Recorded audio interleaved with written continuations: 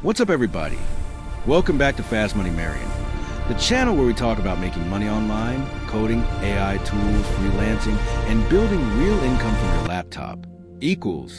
Last week, I decided to track every single dollar I made from coding.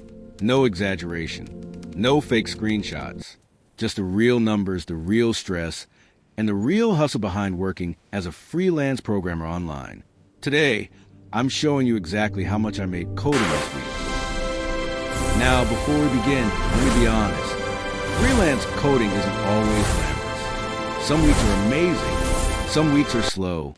In this video, I'll break down every day of the week, every project I worked on, how long it took, how much each client paid me, and even the mistakes I made along the way. Monday started like most freelance mornings. I woke up, checked my emails, and hoped the client had finally responded to one of my proposals. To my surprise, I had 3 unread messages waiting for me. One client needed a website bug fixed, another wanted help with automation, and the third needed a landing page designed quickly.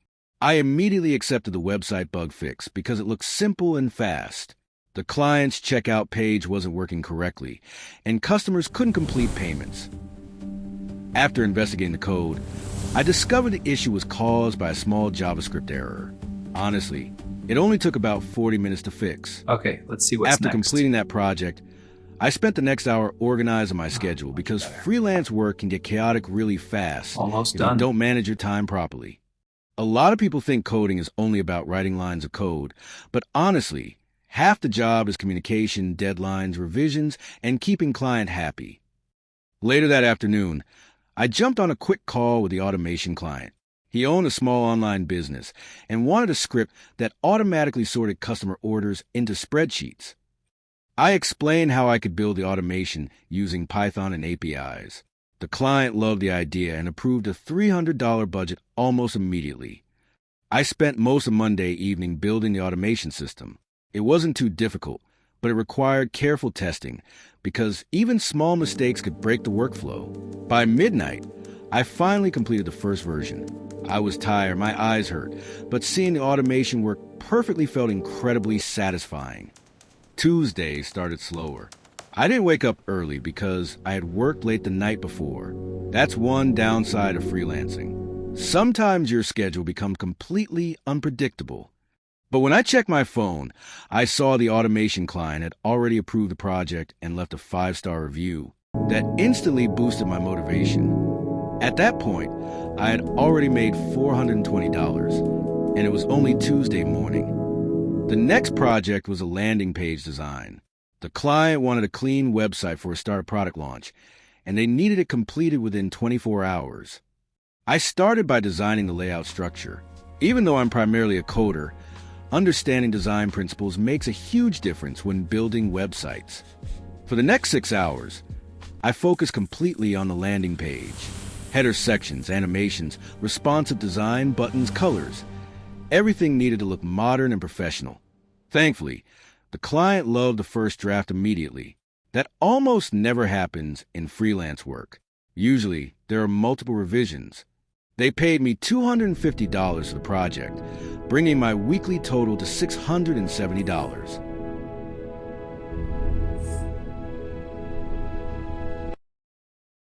On Wednesday, I decided to spend a few hours searching for new opportunities because freelance income can disappear quickly if you stop finding clients. I sent out several proposals on freelance platforms. Some were for web development, others were for fixing bugs, and a few involved AI integrations. And this is the part nobody talks about. Most proposals get ignored. Some clients never respond. Some choose cheaper developers. Rejection is a normal part of freelancing. But instead of getting discouraged, I kept applying. Consistency matters more than motivation in this industry.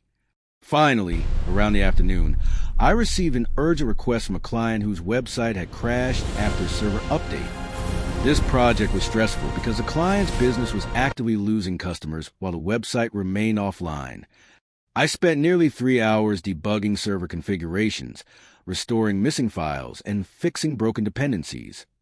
When the website finally came back online, the client was incredibly relieved. Moments like that remind me why coding can be such a valuable skill. For the emergency fix, the client paid me $400 because it was urgent. Suddenly, my weekly total jumped to over $1,000. Honestly, seeing four figures appear in less than a week felt surreal. A few years ago, I struggled to make even $50 online. I still remember learning programming through free tutorials, staying awake until 2 in the morning trying to understand simple JavaScript concepts. At first, nothing made sense. Variables, functions, APIs, frameworks, all felt overwhelming. But slowly, things started connecting. That's why I always tell beginners this. Coding rewards patience. You don't become successful overnight. You improve little by little. Thursday was dedicated to smaller tasks. These jobs don't look exciting, but they often provide steady income. One client needed CSS fixes for mobile responsiveness. Another wanted faster loading speeds for their website. I optimized images, cleaned unnecessary scripts, and improved caching. Simple optimizations like these can dramatically improve user experience. By the end of Thursday, I had completed 4 smaller projects worth a combined total of $350. At this point, I realized something important. Freelancing isn't just about making money. It's also about managing your energy and avoiding burnout. Friday became my strategy day. Instead of accepting random projects, I focused on finding higher-paying clients. I updated my portfolio, improved project descriptions, and added testimonials from previous clients. Presentation matters a lot in freelancing. A strong portfolio builds trust before you even speak with a client. It's basically your digital reputation. That same afternoon, I received an offer to build a custom dashboard for a startup company. The budget was much larger than my usual projects. The project involved user authentication, analytics charts, and database integration. It sounded challenging, but also incredibly rewarding. I worked almost non-stop for the next several hours. Coding intense projects like this requires full concentration because one mistake can create hours of debugging later.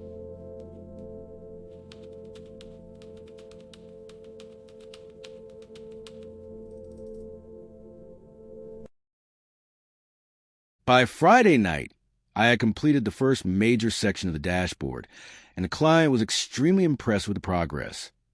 They sent me an upfront milestone payment of $700. That single project became the biggest income source of my week. Saturday felt different. Instead of rushing through deadlines, I finally had time to slow down and reflect on the week.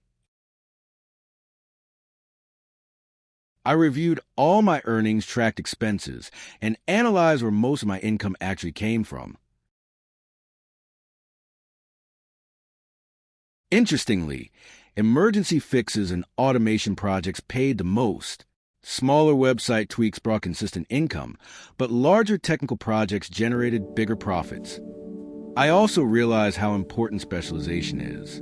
Clients are willing to pay more when you solve specific problems they can't fix themselves. By Sunday evening, I finally calculated the total amount I made coding this week.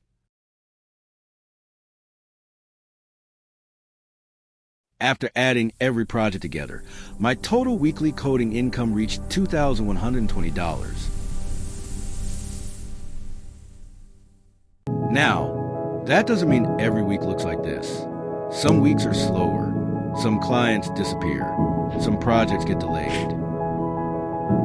That's the reality of freelancing. Income can change every single week. One week you feel unstoppable, and the next week you're searching desperately for new clients. But the beautiful thing about coding is that your skills stay with you. The more problems you solve, the more valuable you become. If you're learning programming right now, don't quit too early. Most successful developers started confused, frustrated, and broke. With enough consistency, coding can completely change your financial situation. It won't happen overnight, but it absolutely can happen. So that's exactly how much I made coding this week. Real projects, real clients, real income, and honestly, this is only the beginning. If you enjoyed this video, make sure you hit that like button, subscribe to Fast Money Marion, and turn on notifications so you never miss another video.